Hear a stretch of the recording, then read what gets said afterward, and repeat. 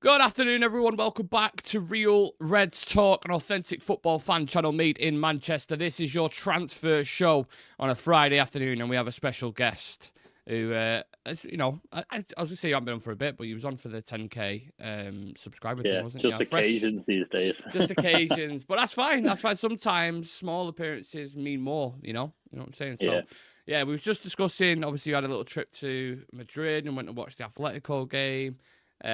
Which was a bit of a not a barn burner, but a bit of a mad one, wasn't it? Like red cards and that. Couldn't ask for any more. 2 red cards, or a 90th minute winner. Yeah. And obviously we went and seen the Bernabeu. And literally, my mate that I went with, he's a United fan. He's the one that I go to the games with and that. And every time we did anything football like associated, it just was like a reminder that United need to up the game. Like that's all we kept saying, man. It was like it was good that I was there, but it was depressing at the same time, seeing like how far off we are, even in terms of stadium. Yeah. So we got to be worried about you potentially becoming an Atletico Madrid fan now. Yeah. We have to change it. My last appearance on the channel. Yeah. Go and make your own channel with an Atletico Madrid kid. Yeah. Jesus Christ.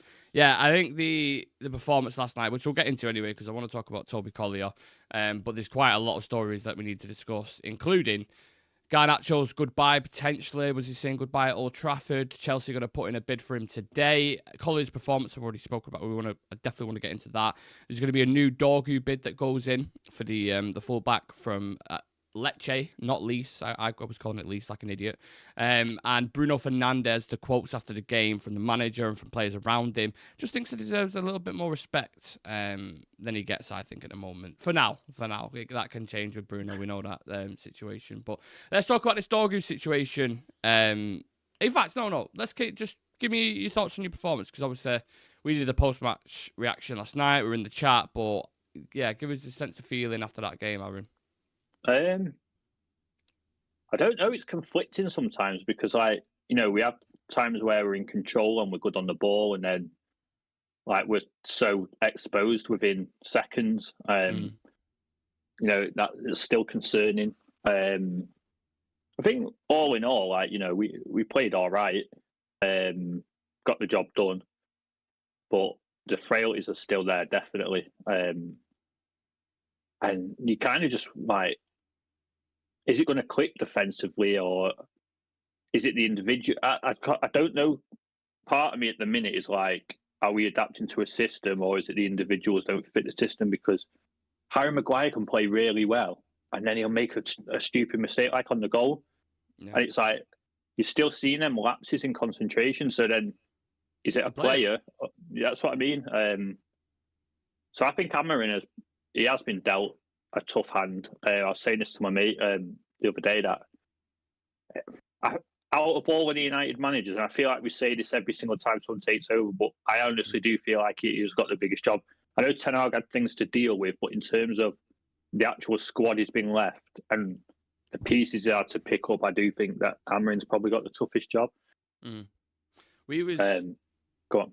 And I was just going to say, we had a proper debate, me, Chivy, Adam, and Sam on this last night. It was going back and forth about system and players, and Chivy was kind of pushing aside, saying, I think he needs to tweak it, he needs to adapt, and these kind of things. And I was like, I understand, but because of the mixed bag of recruitment that we've got at the minute, we have players who aren't very good technically. We have players who aren't athletes, like Christian Eriksen, for example. Yeah. You need a blend of both. We need a lot of that in the team, and like you said, he's been dealt with the hand that he's got. This is a group of players that have been recruited from 4 different managers. So it's almost impossible to imprint your style. So do you go away from that and then lose do what Ten Hag done, basically, where he gave in, didn't he, basically? He was like, we'll just revert to type. No, I was just about to say then, instead of tweaking it, I think Amorim has to do what he's doing and either die on the hill that he stands. Yeah. Because we can't have that again, where if he was to abandon his system between now and the end of the season, start playing a different way to paper cracks, and then try and introduce it again, we're not going to progress. We'd have the same problem when the Ten Hag abandoned his philosophy. You either go with it and it doesn't work, and it never works, or you go through the teething process and it starts gelling, because he hasn't got any players he wants at the minute. We obviously play have played like a front three and relied on wingers, where he doesn't really rely on wingers. So he's got a lot of players, like, you know, he's like square pegs in round holes, basically, like Garnacho a number 10, Rashford, they're not number 10s. But yeah, I'd stick with the philosophy. Honestly, I'm 100% behind him on that. Yeah, it's almost like a case of ripping the plaster off, innit? Just because we've been patching it for so long with like gauze, and it's kind of like you need to just let the wound heal. You need to kind of rip it or let it heal. And I always use the analogy of kind of like mold, like if anyone's had mold in their house, is having an unfortunate thing. I remember having it in my old flat, and you could just not get rid of the fucker. It was almost impossible to like really get it out. You got to almost knock the brick out to get it out. Yeah. And I think that's what Amorim's doing basically at the minute. It's kind of like, this is the reality check. Even with the quotes that he's coming out in the press conferences where he's saying this is the worst team in history, and it's a reality check. You can't keep pampering these players and keep, you know, saying, oh, well, we won an FA Cup. But Ten Hag used to always say that, didn't it? Anytime there's a fucking problem, you could say, you know, there's something wrong with your fucking leg, Ten Hag, and he would say trophies last year. That would be his go-to line every single time. And that papers the, like, you're not giving the fans... Obviously, we know the issues and situations, but when you're turning around going, oh, we won trophies, the players are then even buying into that and thinking, no, we're not that bad. We're not that bad because we've won trophies. But they are that bad, aren't they? Because we watched them week in, week out. Yeah, I hated that when Ten Hag used to say, you know, the 2 trophies. That's like saying, I don't know, oh, I scored a goal in school, so I should have been you know what I mean? Yeah, like, yeah. Oh, you got 10 goals today in a Sunday league against a shit pub team. You should be playing for United. Like, you can't be giving them false hopes. You can't be doing that. Yeah, right. I think I like everything he's saying as well. Like, I even like that story that came out that he smashed the telly up and that. Like, you know, we need to see that. The players need to see that because that'll do one or two things. It'll either push them away, which I don't think it would. Like, it wouldn't with me. I would kind of think, this guy cares. Like, you know, that if he's reacting like that, we need to be doing better. And he's just honest. Like, Ranić was honest, and we all liked Ranić. We didn't like probably his style of play. I think like he didn't really know. Yeah, that Gagan pass for 45 minutes was great. Against Crystal Palace, it was great for one game. Revolutionary. But he was saying all the right things. So if Amorim can carry on saying the right things and it clicks, then, you know, I'll be more than happy. That starts with transfers on bringing in players that he needs and he thinks that fits the profile. And Patrick Dorgu is a player that we've been linked with from Lecce.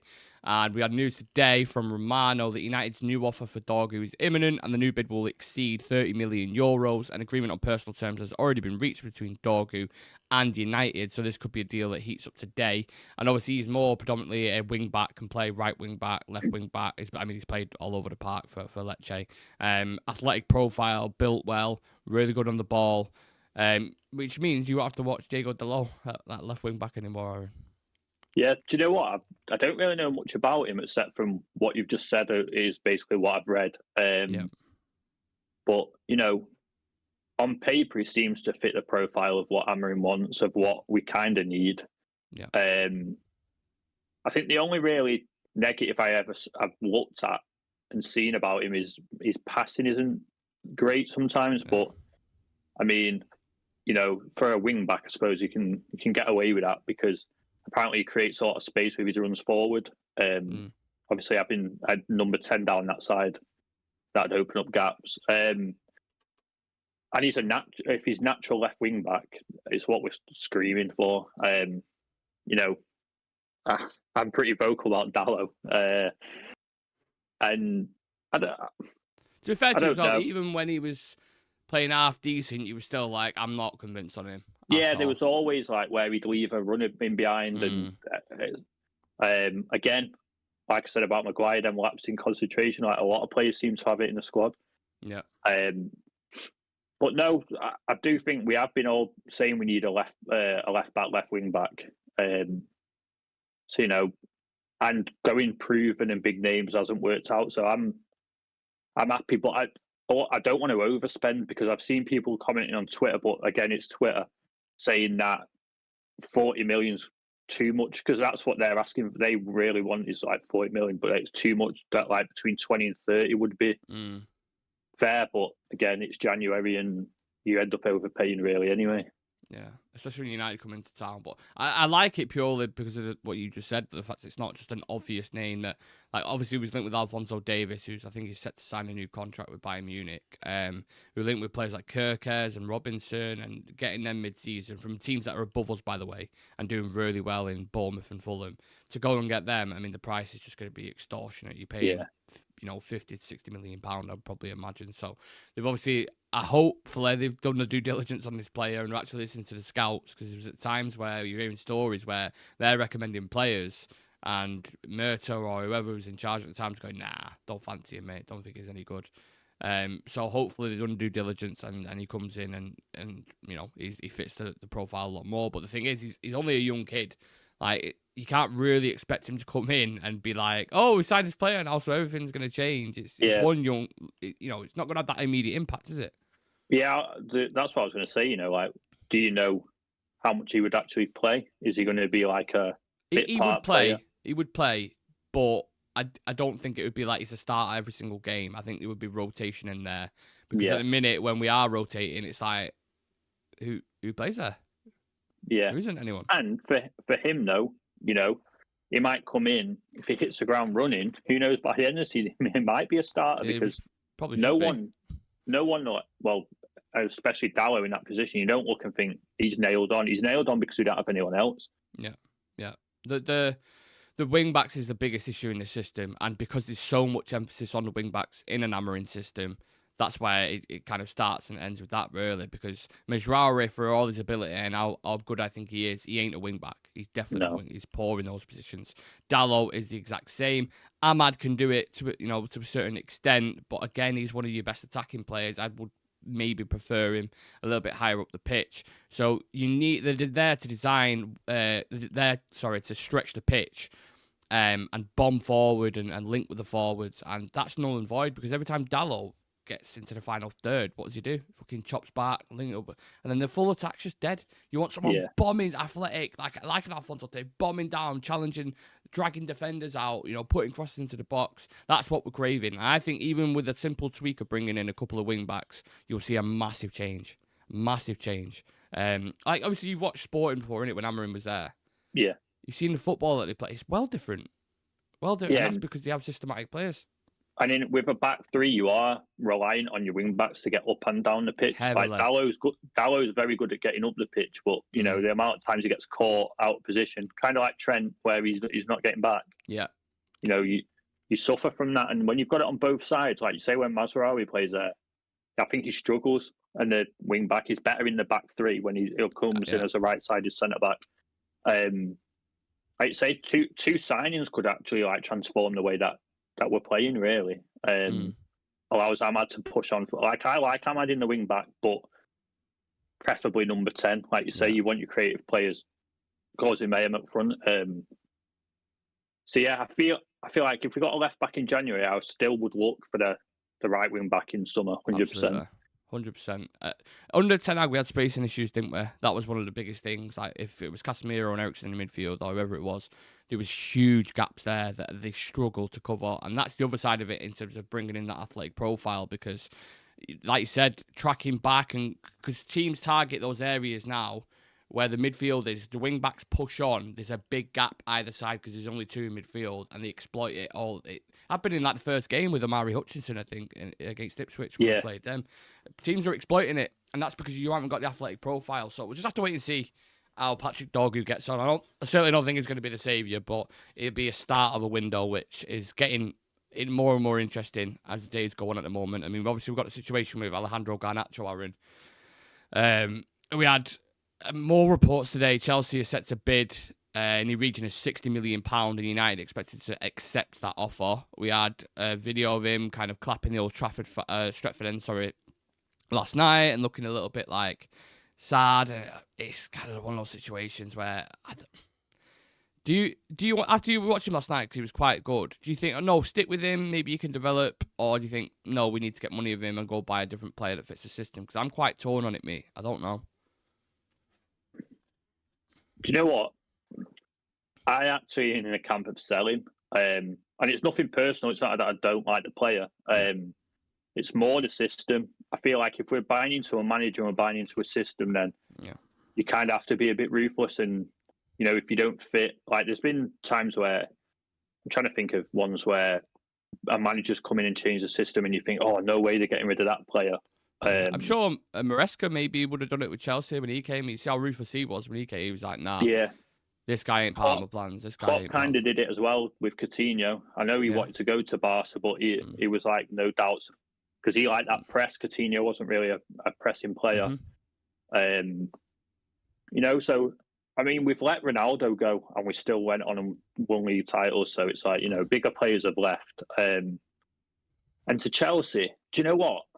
Again, because he doesn't fit our system, it's like, if he's going to go Chelsea, he's going to go Chelsea. If not, where's he going to be? Kind of pushed into the wrong position again at United. I actually put in the group chat yesterday that I would accept 60 mil, maybe push him 65. I'd maybe try and bargain a little bit more. If they come with 60, maybe try and push them towards 65. But if it was 60 mil that we obviously accepted, I would be happy with that, because you can go and get maybe another number 10, or maybe you can look and think, do you know what, we'll go and get the right wing back now. So yeah, again, like, it's nothing against the player. It's not that I don't think he's going to be good, or I would just rather have someone that's going to contribute more in the right position. Yeah, I get that.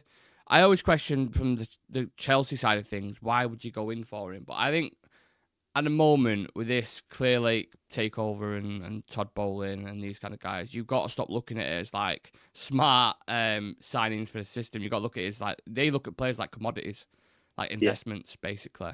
So Garnacho's going to come in as a decent couple of years. They'll flip that and they'll make another 20 million, let's say, for example. Literally. So they're looking at all these loopholes and little things to bring players in, and people are losing their mind, but they're not actually looking at it as a football team. They're looking at it as literally a business operation by the way that they are operating. So I always question the players' side, though. If you're Garnacho, are you getting game time at Chelsea?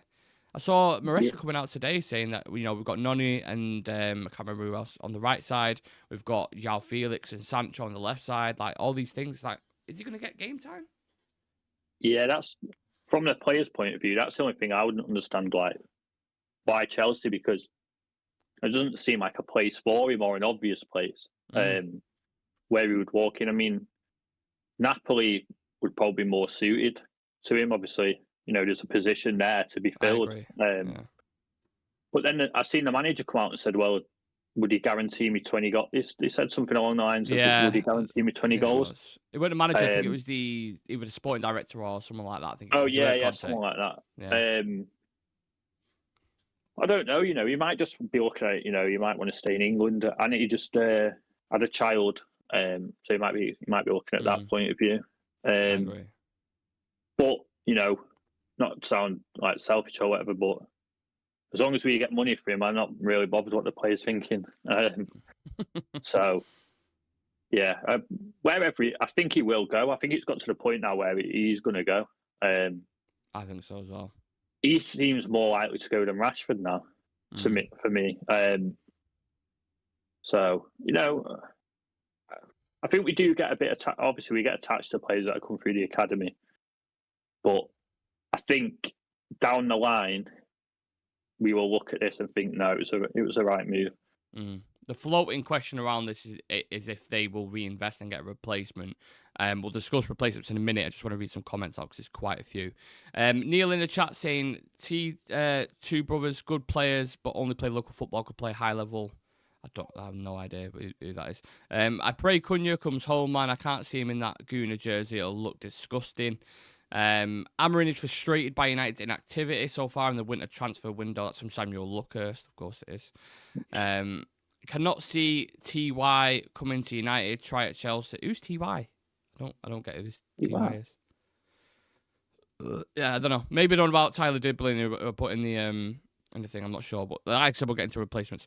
Well, Chewy's saying, well said, Aaron. Buying into a manager means buying into the system. Absolutely.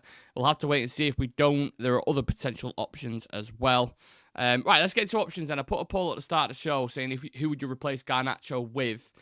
53% said Matheus Cunha. 20% said Brian and Bruno. 20% said Tyler Diblin.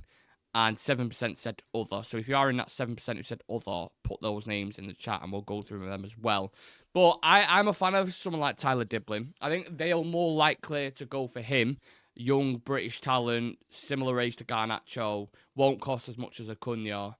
Acuna would be my first choice, but I think United will go more for that region. I don't know what you think. Yeah, my choice probably would be Acuna. Is he out of contract in the summer?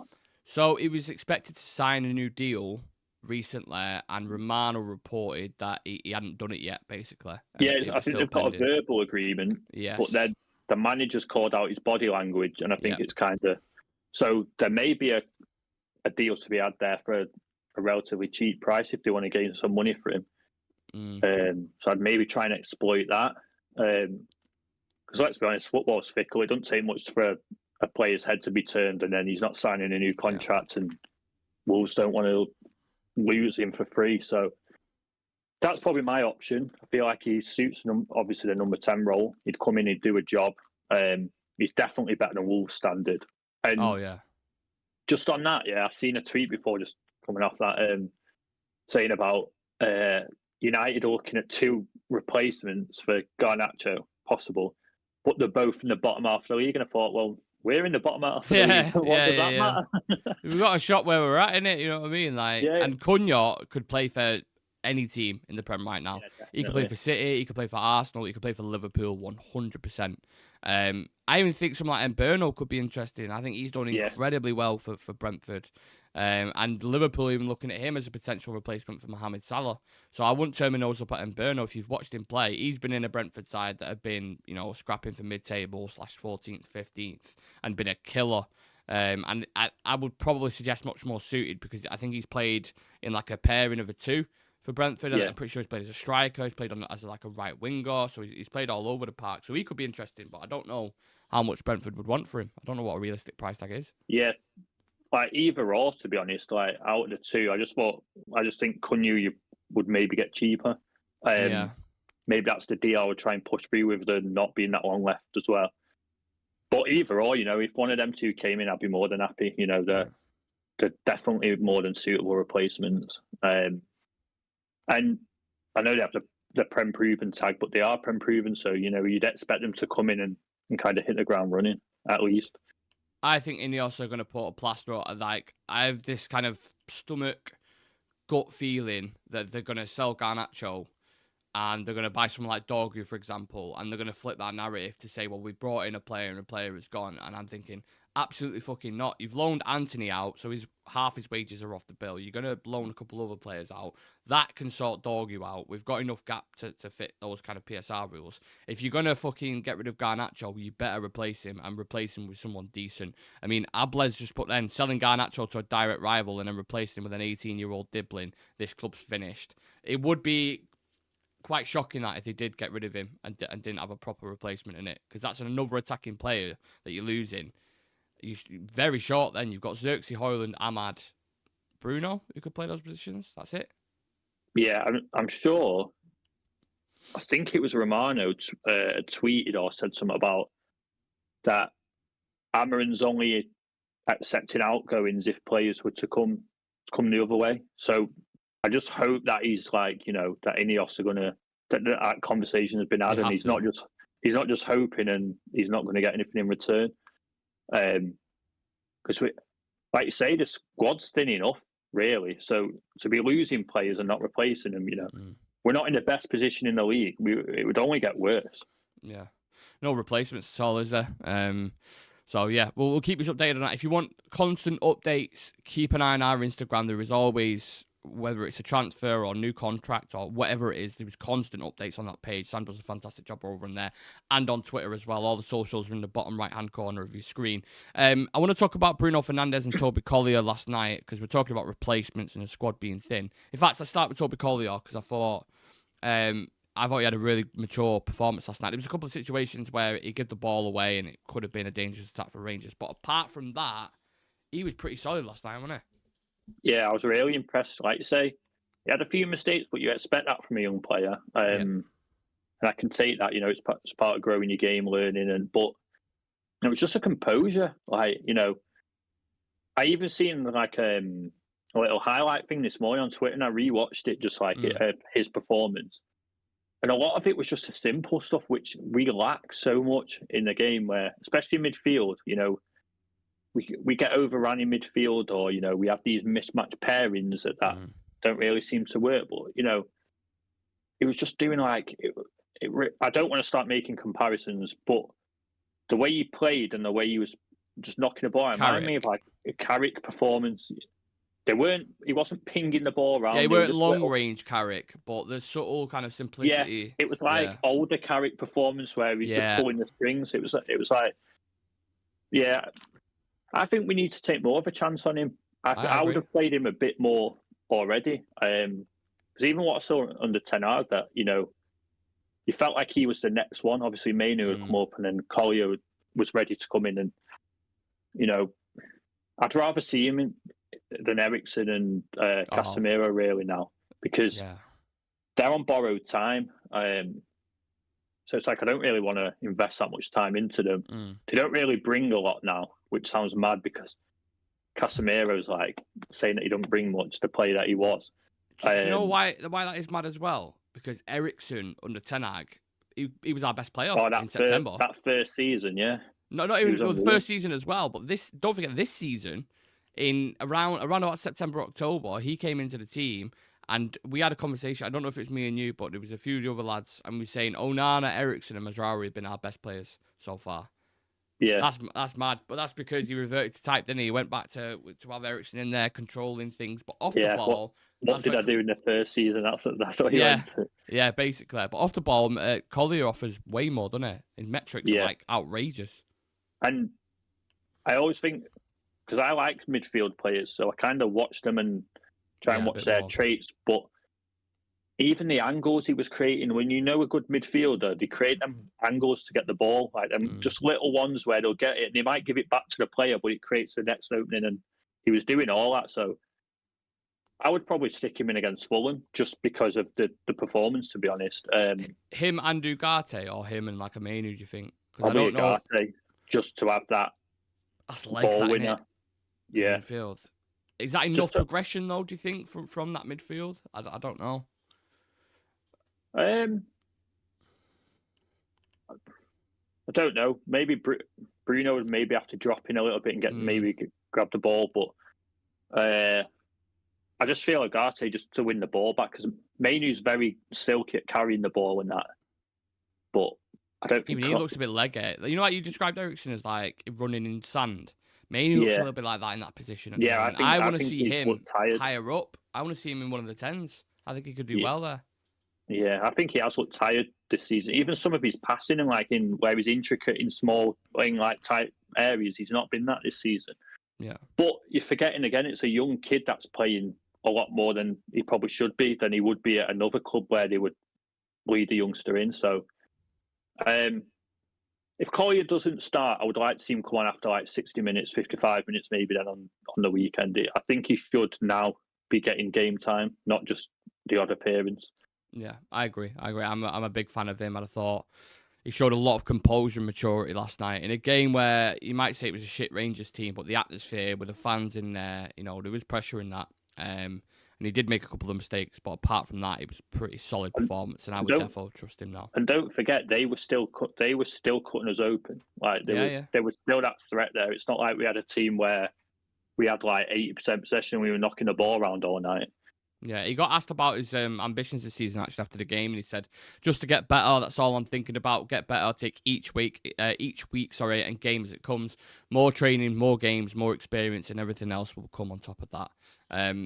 Hopefully he does get more minutes, and Fulham will be an interesting one to keep an eye on. We are actually recording the Fulham preview later on, so that'll be dropping tomorrow at 12 o'clock, and we've got Prem predictions tonight as well. But just did the last couple of things. Anthony's here we go, confirmed to Real Betis. Do you give a shit, Aaron? Is it just glad to go push him out there? Yeah, I hope he does well, just so we can sell him. Yeah, literally. Every fan, I think, probably thinks the exact same. Yeah, definitely. And the last thing, Bruno Fernandes, have to give him his flowers, because I know he gets his criticism.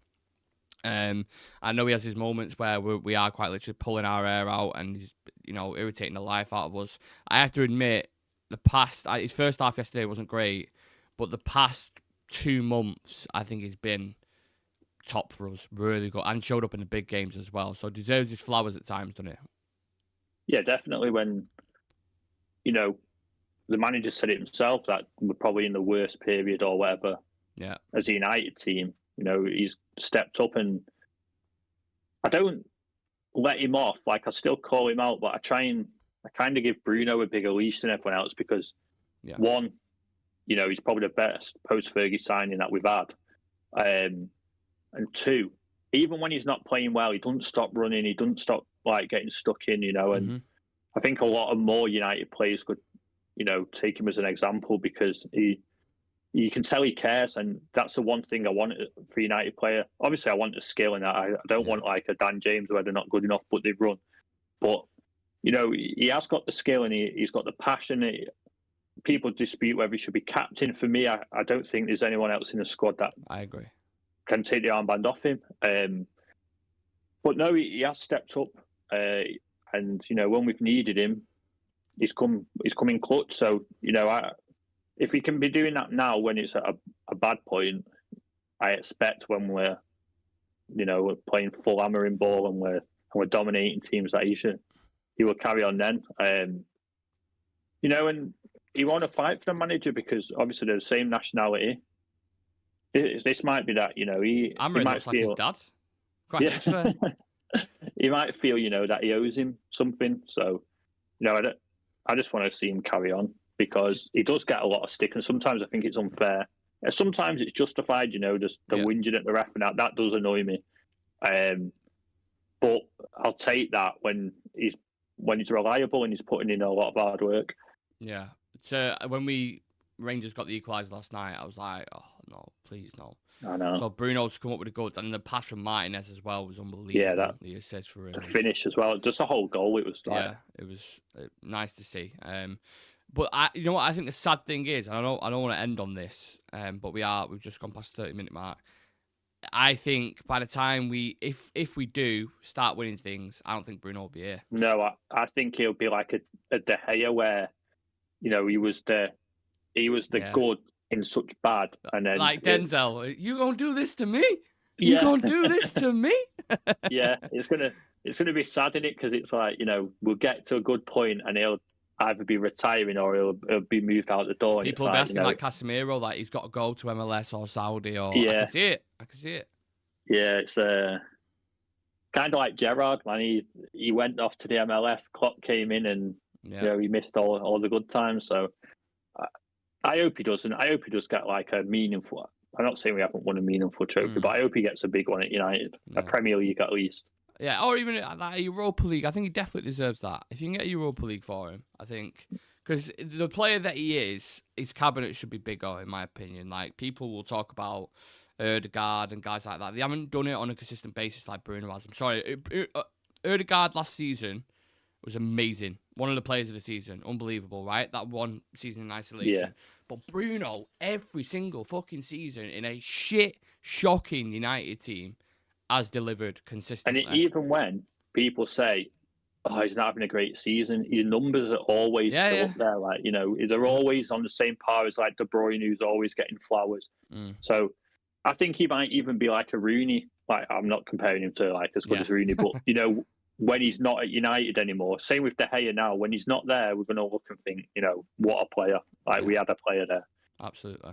I'll end on these quotes from Toby Collyer and Amorim on Bruno after the game last night.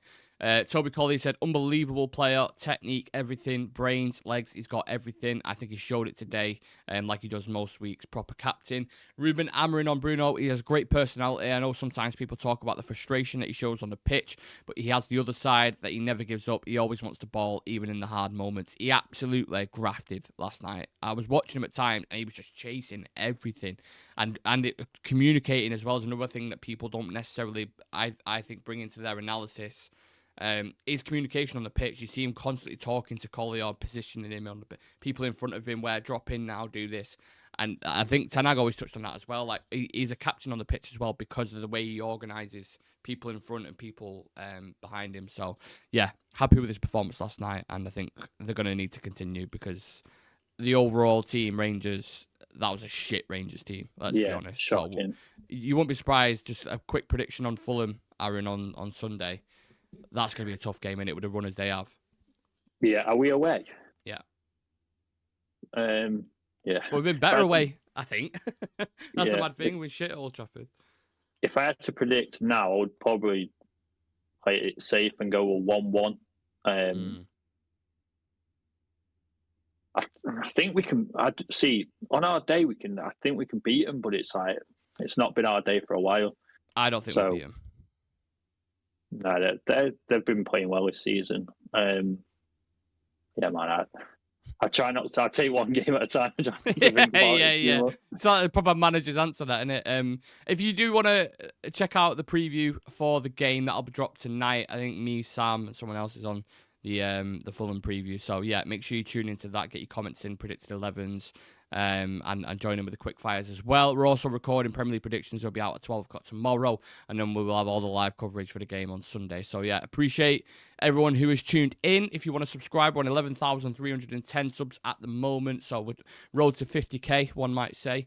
Hit that subscribe button, smash the like on the video, and big up Aaron for taking time out of your busy dad life coming on. Yeah, man, always a pleasure. Thanks for having me on.